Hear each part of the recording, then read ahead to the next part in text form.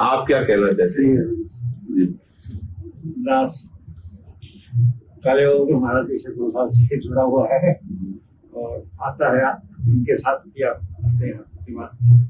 तो मुझे ये पूछना है, क्या राधा रानी किसी की अस्वस्थता या कोई एक्सीडेंट हो गया जैसे, तो उसमें ताकि मुझे कह दिया कि 15 दिन बेड रेस्ट, ये तसली वसली टीम जो है इसका, तो क्या राधा रानी की कृपा से ही 7 दिन में बिल्कुल स्वस्थ हो गया? वैसे उनकी कृपा सब होता है, लेकिन इस पर हम कृपा नहीं देखते और ना मानेंगे हम इसकी कृपा, नहीं मानेंगे, क्योंकि इसमें शरीर की प्रधानता होती है। हम भाव की प्रधानता में ही राधा रानी की कृपा को देखे, बाहरी अनुकूलता में कृपा नहीं देखे। भले वो कृपा कर, लेकिन हमसे नहीं मानेंगे। कोई भी हम मानेंगे ही नहीं, मानेंगे ही नहीं से, हम उनको जोड़ेंगे ही नहीं से कि राधा रानी की कृपा से हम स्वस्थ हो गए, नहीं मानेंगे। आपकी कृपा हम तभी मानेंगे जब हमें ये ध्यान न रहे कि हम स्वस्थ हैं कि अस्वस्थ हैं, और आपके रूप में, आपकी सेवा में डूबे हम। ये कृपा छोटी मोटी चीज लेकर हम संतोष नहीं करेंगे। बड़े बड़े से जब मांगा जाता है तो उल्टा मांगा जाता है। आपको क्या चाहिए, जो आपका मन उसे दे दीजिए, क्योंकि हमारी जो मांगने की झोली है बहुत छोटी है और उनके जो देने का पैमाना बहुत बड़ा है। हम कितना मांगेंगे, हम अपनी झोली की औकात भर मांगेंगे, तो हम क्या करते हैं, उन्हीं के ऊपर छोड़ देते हैं। वो जब अपने हिसाब से देंगे तो अपने हिसाब से देंगे, अनंत ब्रह्मांडों के स्वामी। इसलिए बिल्कुल इसमें राजी नहीं होना। शरीर की स्वस्थता, अस्वस्थता, नाना प्रकार के लाभ और हानि, इस पर हम भगवत कृपा को नहीं देखेंगे। भगवत कृपा को देखेंगे कि ऐसी परिस्थिति में भी मेरा मन श्री जी के स्मरण से नहीं हटा, ये श्री जी की कृपा थी, बस ये देखेंगे। समझ रहे हो ना? अगर हम इसे देखेंगे, अब कल टेंशन निकल जाएगी। ये तो रोग मंदिर है, कौन सा दरवाजा खुला और कौन सा देवता प्रकट हो गया। शरीरम व्याधि मंदिरम, सुना है ना?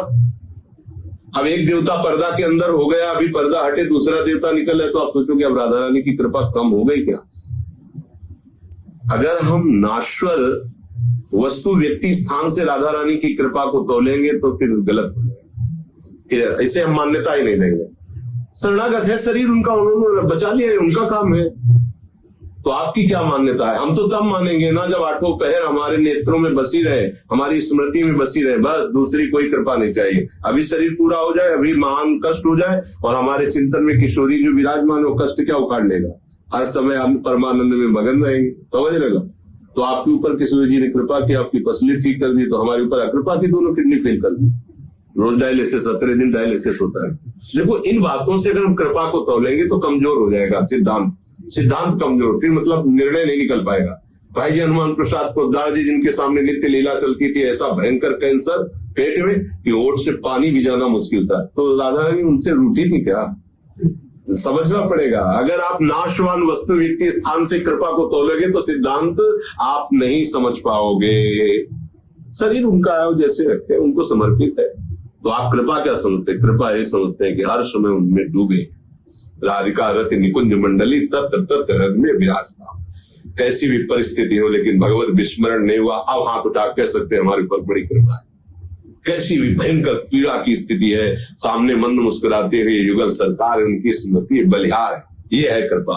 हम इसमें नहीं मांगेंगे क्योंकि विनाशी है, अभी है, कल खत्म हो गया तो क्या होगा?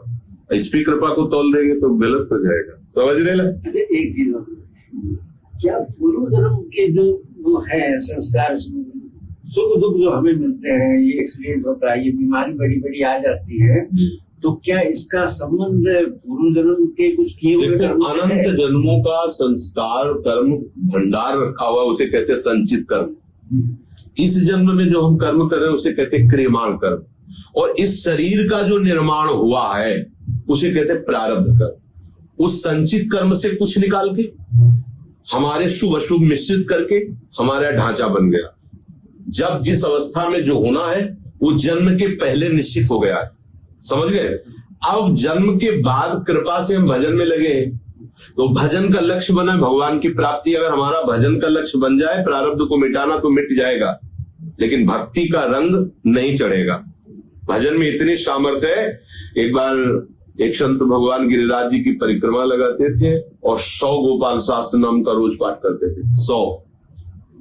तो उनको लकवा मार गया, तो कुजुड़िया बाबा और हरि बाबा उनके पास गए उनका महाराज यदि आप संकल्प कर ले तो पूरे विश्व का लकवा खत्म हो जाए। तो उनका काहे को विनोद करते हो बाबा? ब्रह्मास्त्र का प्रयोग मच्छर मारने के लिए थोड़ी किया जाता है शरीर संबंधी प्रारब्ध को नष्ट करने के लिए भगवत भजन थोड़ी लगाया जाता, तो नष्ट ही होगा शरीर, एक न एक दिन नष्ट ही होगा, चला जाए अपना प्रारब्ध भोग के।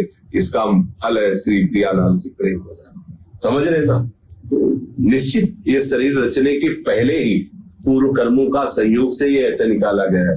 जैसे हमारे यहाँ गोदाम लगा हुआ है, लाही चना गेहूं, इसका कुछ लाही निकाल ली, कुछ चना निकाल लिया, कुछ दाल निकाल ली, कुछ गेहूं निकाल ली और पूरा उनको पिसवा करके रसोई बना दी।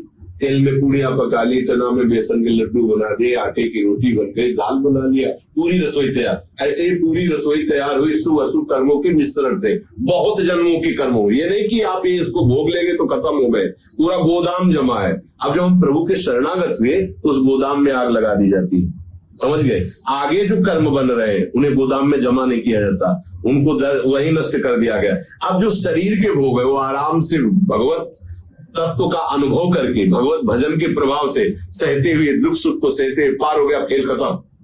क्रियमाण निष्फल कर दिए गए, संचित भस्म कर दिए, कटे कर्म बंधन संसारी, सुख सागर पूरी तजभारी, विधि निषेध श्रृंखला छुड़ावे, निज आलय बनान बसान। सब खत्म। अब शरीर का जो भोग है वो भगवत आश्रय से सह लिया गया। जैसे कष्ट शरीर में होता है, भगवत आधार विचलित नहीं, पीड़ा होती है पर विचलित नहीं होते, उस दुख से दुखी नहीं होते। राधा राधा। संसारी आदमी डिप्रेशन में पहुंच जाए, किडनी फेल, डायलिसिस आए, धन कैसे, ये कैसे, वो कुछ नहीं कर सकते। क्यों? भगवत आश्रय जैसे वो रखेंगे वैसे रहेंगे। तो ये निपट रहा है आराम से, तैयारी हो रही जहां जाने की, उसके लिए तैयारी हो रही। जो अभी वर्तमान के कर्म है उनको भगवत शरणागति से उन्हें प्रभावित हो रहे, वो हमारे ऊपर प्रभाव नहीं डाल पाएंगे। जो संचित है वो भस्म कर दिए गए, जो प्रारब्ध है वो उनकी करुणा का सहारा लेके भोग लिए गया, खत्म, तीनों खत्म, और जीवन मुक्त होकर भगवान में प्राप्त हो गए। समझ गए?